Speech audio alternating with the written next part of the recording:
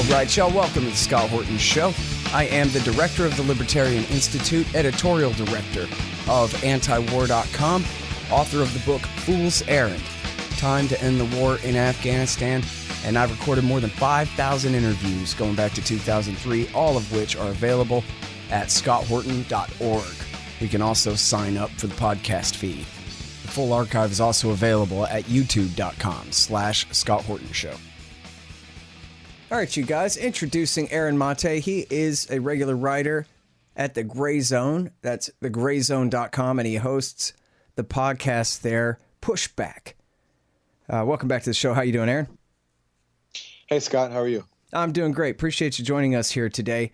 So the first thing I want to ask you about is something that you're essentially the editor of. You didn't write it. It's OPCW Whistleblowers. OPCW insiders slam compromised new Syria chemical weapons probe. And this is not about Duma. This is at a place called, I'm not sure, I'll let you pronounce it, a different attack from March of 2017. So just before the Khan Sheikhoun fake attack, which I don't know if we got any whistleblowers on that one yet. But these people wrote this scathing report for your website here. It's quite remarkable. Tell us about it, please. You know, I can't say too much about it. What I can say is that it was written by a team of OPCW insiders. I can't really detail exactly what that means, but what I can say is that the piece was written by people who represent the views of a small group of current and former OPCW officials. And the message from them is that there is dissension inside the ranks, and there is deep skepticism about the OPCW being politicized. And I mean, we saw that most starkly with the Duma leaks, which I'm sure we'll talk about. But now these people are also coming out and saying that the same politicization is being applied to this other investigation as well. And that was, as you say, this probe of an alleged chemical weapons attack in the Syrian town of Ltamenah in March 2017. And what's interesting about that report, it was done by it's the first report of this newly formed team at the OPCW called the Investigation and Identification Team. And it was established ostensibly to identify alleged perpetrators of chemical weapons attacks in Syria. But what these OPCW insiders write in their op-ed is that basically it was set up with the sole aim of blaming any chemical weapons attack on the Syrian government so that the U.S. and other Western powers, the ones who helped set up this new team and pushed it through, can blame Syria for chemical weapons attacks and pursue their proxy war and sanctions against Syria further. And so this op-ed just goes through the reasons to be skeptical about this latest report. It's interesting, when you look at the media reports about this IIT report, everybody took it as the OPCW saying that that this investigation has found conclusively that the Assad government carried out this chemical weapons attack of both sarin and chlorine in this town in March 2017.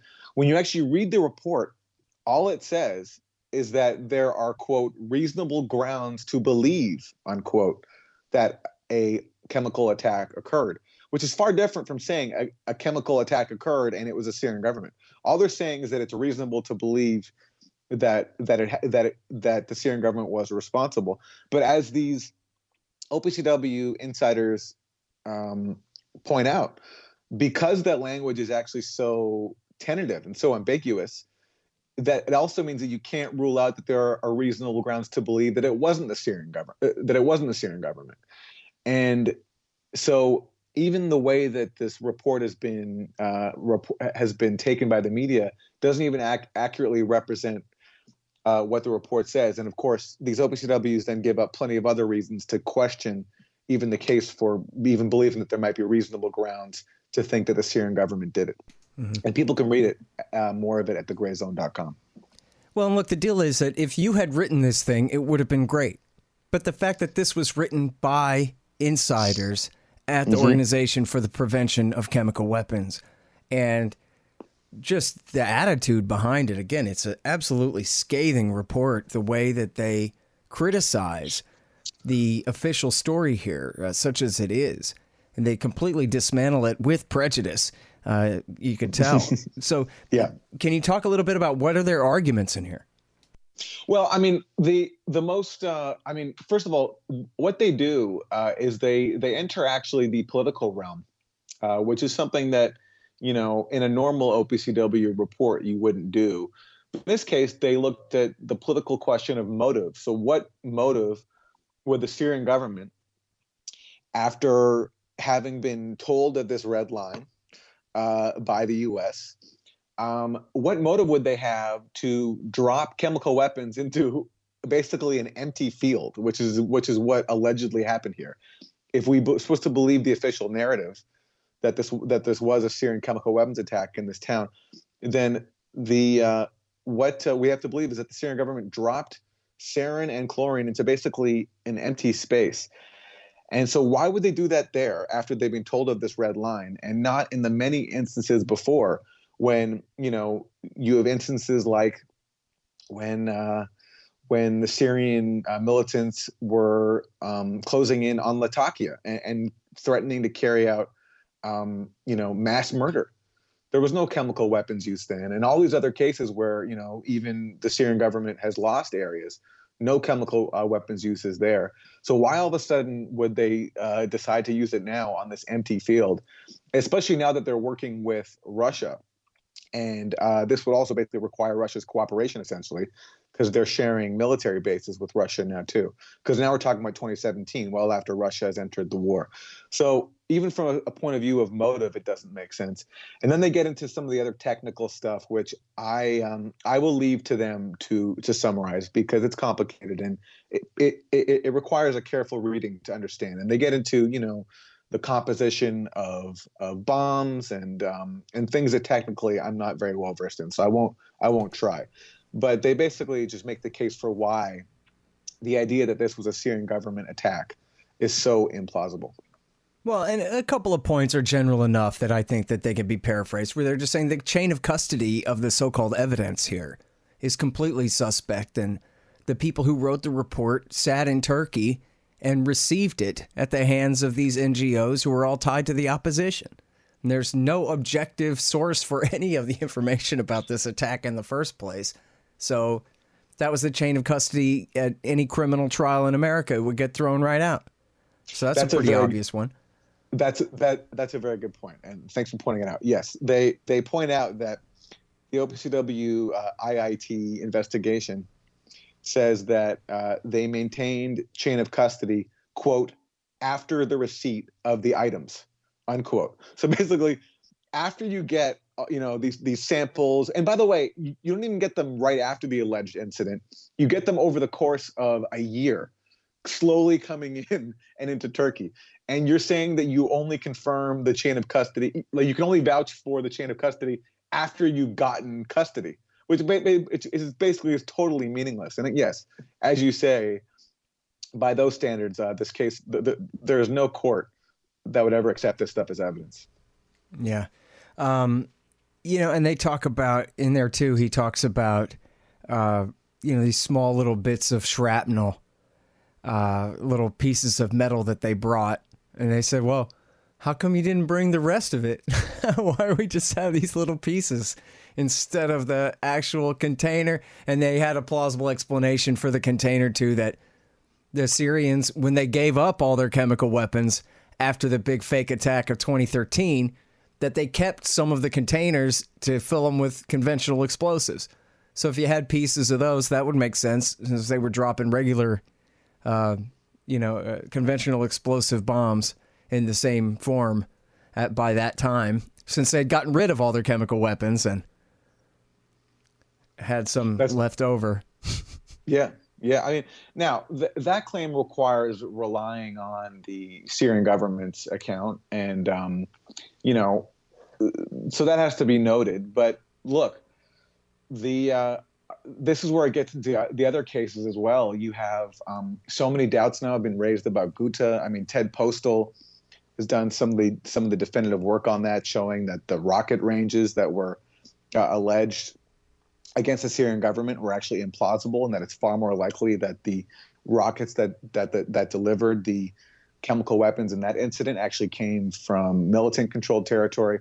And then we have the just preponderance of evidence in the Duma case, which shows how the OPCW superiors intervened to suppress all the evidence that the inspectors collected on the ground, excluded their findings, and excluded the key inspectors who carried out the investigation from the process and basically doctored all their evidence. So you have just a series of questionable, in one case, in the case of Duma, just completely scandalous investigations. And now, the fact that you're seeing people close to the OPCW now feeling compelled to publicly directly challenge what it comes out with and basically say it's been compromised. It just speaks to, it's a huge scandal that deserves a lot of scrutiny and certainly a lot more attention.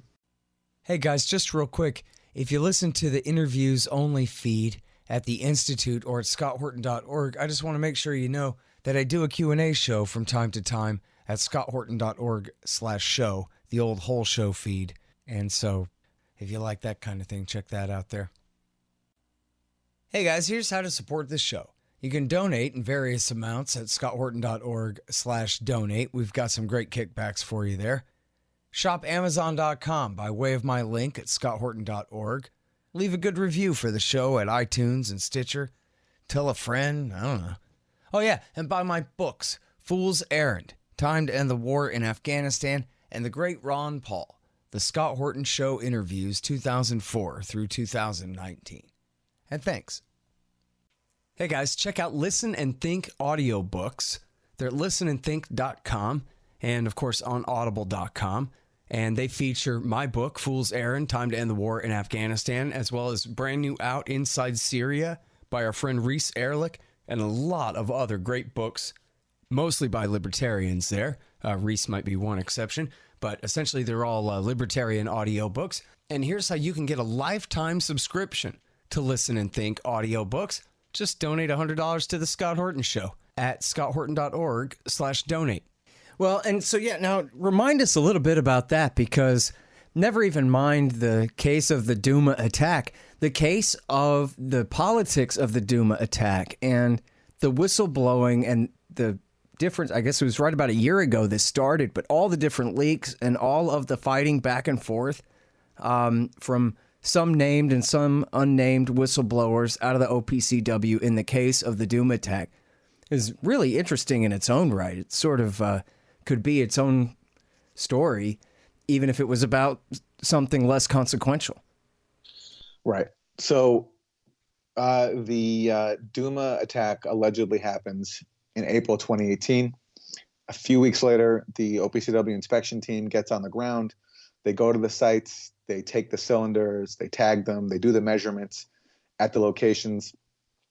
They put out an interim report in July 2018 that's pretty inconclusive. It doesn't really say too much. Basically says we need to do some more investigation.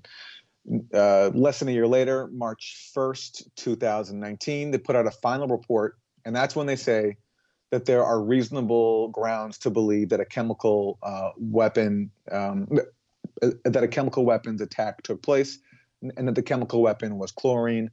And the inference of their finding, although they don't directly say it, is that the chlorine attack was carried out by the Syrian government because that is the only party with aircraft. So, and then it's taken by the media, by the U.S. government as being validation for the U.S. government airstrikes that Trump ordered shortly after the alleged Duma attack. But then in May of 2019, an engineering report surfaces on the internet. It's leaked to a group of British academics called the Working Group, who by that point had been raising questions about some flawed or questionable language inside the final report. They were already pointing out some inconsistencies. And basically, this engineering assessment is attributed to a OPCW staff member named Ian Henderson. And it actually argues, based on a detailed study of the Duma location where the cylinders were found, and based on the measurements that were taken there, that actually there's a much higher likelihood that the cylinders found there were not dropped from the sky, but were, quote, manually placed. And in saying that, if you're saying that it's manually placed, you're basically saying that the attack was staged. And so that sets off a huge controversy. The OPCW announces an investigation into the leak, but then we get more leaks from WikiLeaks, and now we learn of a second OPCW expert, like Ian Henderson, who has written letters to the OPCW leadership right after that final report gets released in March 2019, basically voicing his objection and saying that so much critical evidence, not just Ian Henderson's study, but a lot more, including toxicology and chemical samples from the scene, showing that chlorine was found basically at trace levels, so basically at a meaningless level, and in fact, and that the chlorine that was found could be found in basically everyday household chemicals like bleach products and so on. So now we have two OPCW inspectors saying that their evidence was excluded, and we have no explanation for it. And then we get more and more leaks showing that these inspectors were minimized from the process, that even though they were the ones on the ground in Syria collecting the evidence, and actually one of them was tasked with writing the first draft of the report because he was the most senior investigator and most experienced. We see that they've been excluded from the process, and that the OPCW leadership has basically installed a very small team called the so-called core team to basically take charge of writing the report. And it's these people who are basically leaving out all the evidence that these inspectors found, and putting in some disingenuous language. And in terms of Ian Henderson's report, we never get an explanation as to why his findings are excluded. We only learn that the OPCW then consults 3 unnamed outside experts. We have no idea who they are, and we can't even see their work except for a few fragments of it in the final report to judge for ourselves whether they're accurate or not. Whereas we now have Ian Henderson's full detailed study where he makes the case for why the cylinders were likely manually placed. So we have no way even to we have no explanation as to why Henderson's report was excluded, and we have no way even to compare it to the reports that were relied on for the OPCW's final conclusions. Yep. And the same question of motive remains. Why in the world would Assad do that when the only thing it could accomplish is get him in trouble and nothing else? Oh, yeah. I mean, well, look, it's, Khan Sheikhoun happened right after Trump had been talking about, and the Trump administration had been talking about, regime change no longer being a priority for the U.S. Right after that, Khan Sheikhoun happens. And there have been all sorts of questions raised about that. And maybe one day we'll hear more even from within the OPCW ranks. I definitely would not rule that out. But the motive there never ever made sense. And then you have and Trump, responded to that allegation of Khan Sheikhoun with bombings. He bombed Syria. 1 year later, a similar thing. Assad is about to take back Douma on the outskirts of Damascus. He's about to win, and all of a sudden we get this allegation again from militants on the ground in Douma. The group that controlled it at the time was Jaish al-Islam, which is heavily backed by Saudi Arabia.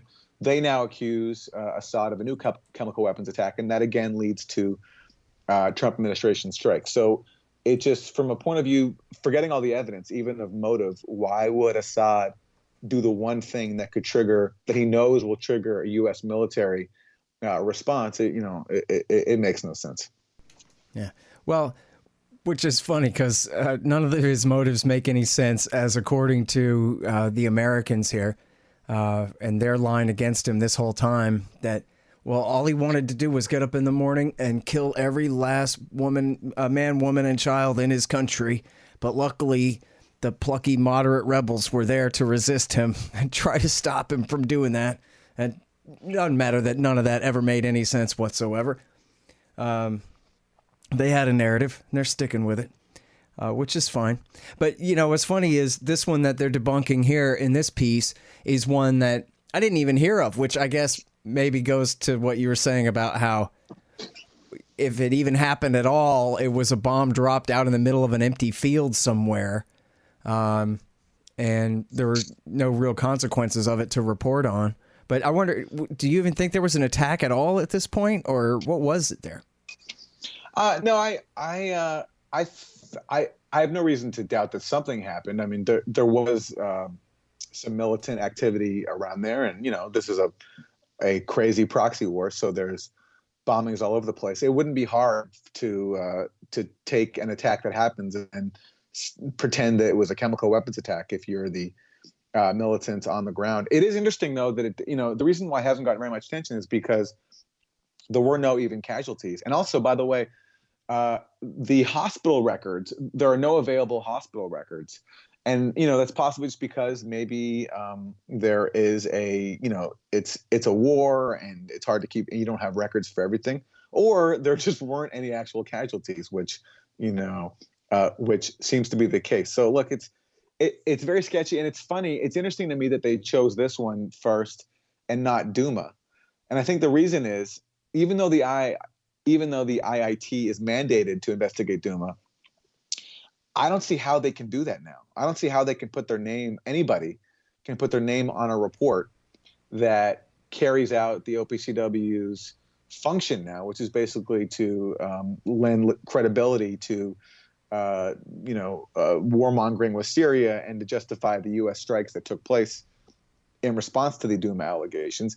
But how can they seriously put their name on that without taking on the evidence that was excluded from the initial Duma reports from the OPCW? It's just anybody with any credibility.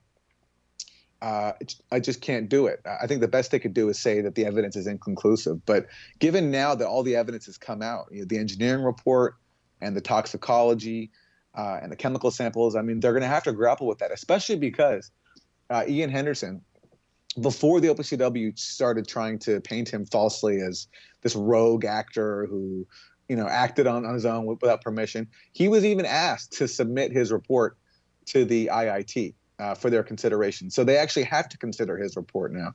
So for them to come out and weigh in on Duma means they'll have to basically refute his engineering. And he, being an experienced engineer at the OPCW, I mean, he's been with them since its inception in 1997.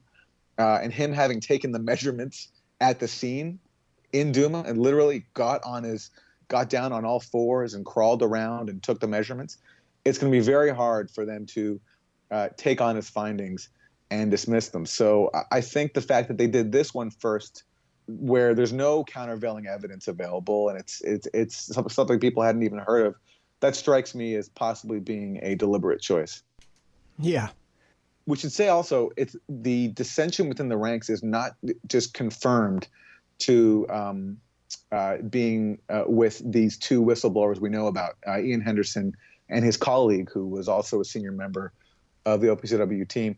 At the Gray Zone, we've published now two separate notes from other whistleblowers at the OPCW, people expressing serious discomfort with how the OPCW is being run, and both of them expressing just strong objections to how the Duma investigators were treated. So just to show that this is an organization, and now with this piece we published about the IIT report, there is major dissension inside the ranks, and I suspect we're going to hear more about it as things unfold. Great. Well, we'll be keeping our eyes on the Gray Zone about that. And now, listen, let me ask you a couple things about some Russiagate updates here. Yeah. First of all, we've known all along, since I'm not sure when, I think 2017 or at least 18, that Mike Flynn, in fact, had colluded with a foreign government in the, or two even, during the election campaign season, and then during even the run-up to the inauguration there in the transition period. And now apparently there's even a little bit more information coming out about a possible collusion between the Trump campaign and a foreign power. Russia? Not Russia, but Israel. And that was made known to us pretty clearly when Michael Flynn was indicted. Just the problem is the media ignored the Israel part of Michael Flynn's indictment, where basically he confirmed that at Israel's request, the Trump transition team tried to intervene to undermine a UN Security Council vote that condemned Israeli settlement building in the occupied territories. The vote was taken in December 2016, just 1 month after Trump's victory. And the Trump transition, including Michael Flynn, tried very hard to get another country to veto that vote, to vote against it, because the Obama administration, for pretty much the first time, was not going to veto a UN resolution criticizing Israel. It wasn't going to vote for it, but it was going to abstain, which meant that unless somebody else intervened, it would be approved. And so the Israeli government asked the Trump transition to intervene, and they tried. And Michael Flynn helped carry that out when he called the Russian ambassador, Sergei Kislyak. And one of the things that they discussed was, Flynn trying to convince him to vote against this, but the Russian government declined. So we've known about this for a long time. It's all gotten completely ignored because we're not supposed to care about possible Israeli collusion. We're only supposed to care about this non-existent Russian collusion, which occupied everybody for 3 years until the fantasy collapsed. Right. And now, yeah, too bad Kislyak didn't hear about it. He would have known that it was his job to give Flynn his marching orders, not to decline a request from Flynn. Exactly. And then there's more documents that have come out recently with Roger Stone, where in his case he was in contact with some prominent Israeli figures. I don't think we know exactly who yet, but Roger Stone is relaying some offers of assistance from some prominent Israelis to help out the Trump campaign. Although Roger Stone is a pretty big blowhard, so it's hard for me to take anything he says seriously. I mean, for example, he was claiming for a long time that he had a secret back channel to WikiLeaks, and that was, of course, a complete fabrication too. So, but look, there certainly the fact that the Trump administration tried to undermine the fact that the Trump transition tried to undermine the outgoing administration's policy at the request of the Israeli government and donors like Sheldon Adelson shows that certainly there was a close tie between the Trump circle and Israel. And it's just funny that, unfortunately, because blanket support for the Israeli government is bipartisan, even though we've known about this forever, it just it doesn't register. We don't see it covered on MSNBC.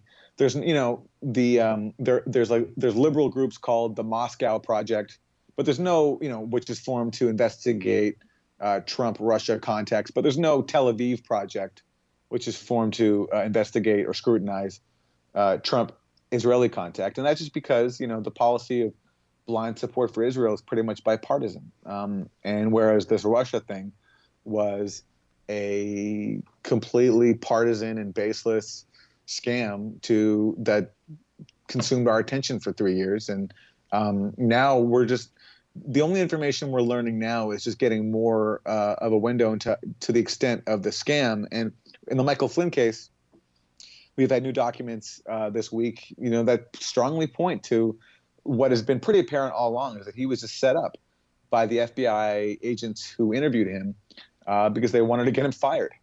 And that's an interesting question as to why they did. I suspect it might even have something to do with Syria because, as you've covered extensively on your show, it was Flynn's agency, the Defense Intelligence Agency, that came out with that report very early on in the Syria proxy war, basically saying that the people who were the strongest fighting forces inside Syria and who we were supporting or talking about supporting were the Salafi militias, were Al Qaeda and ISIS.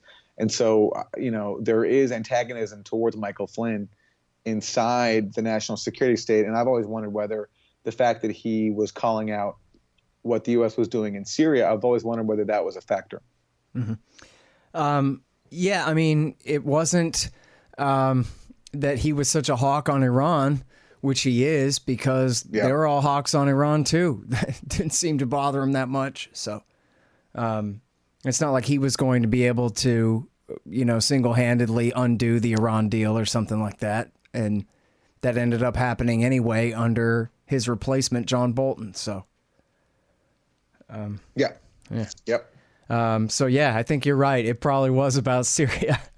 And now one more thing here about the collusion is the new report about Christopher Steele and his meeting with Clinton campaign officials and whether this amounted to collusion. Obviously, Christopher Steele was a Brit, not an American. I don't know if that counts or not.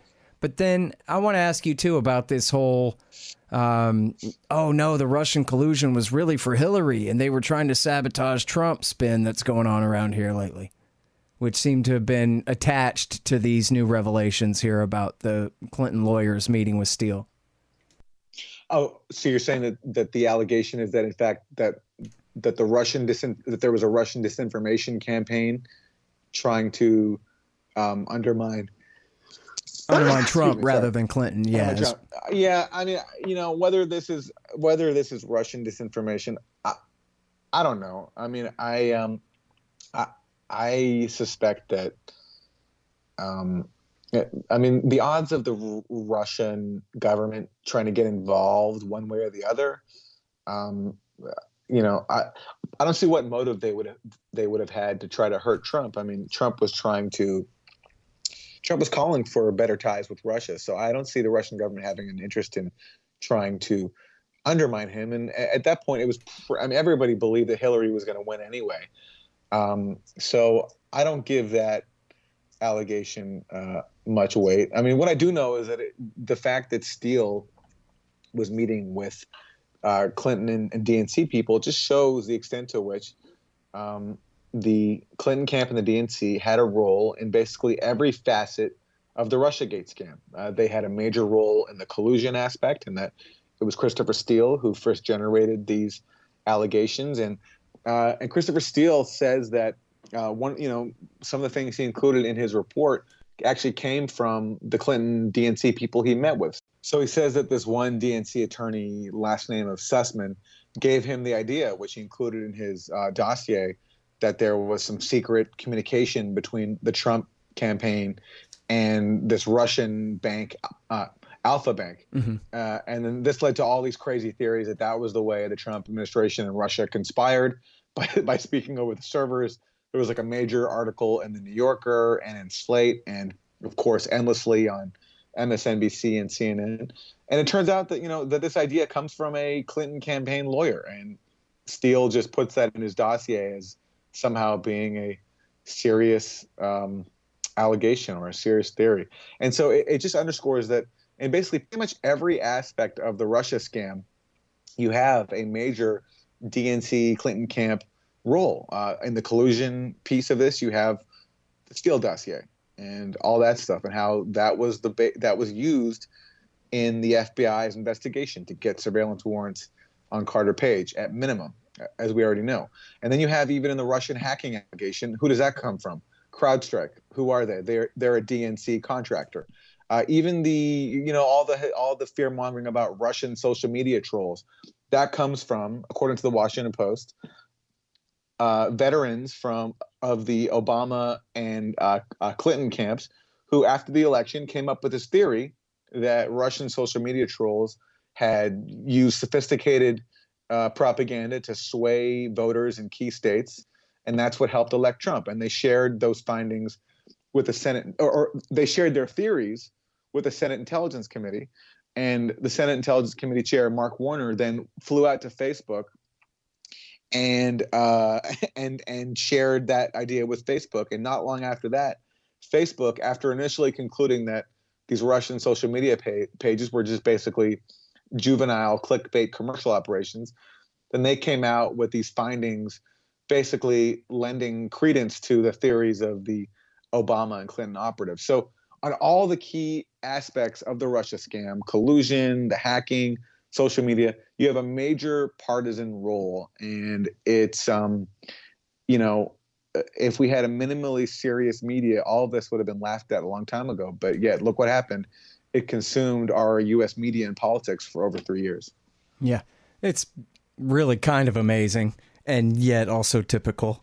Shocking, but not surprising, as they say.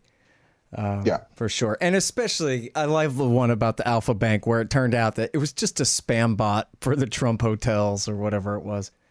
Yeah, it was marketing. It was setting up marketing emails.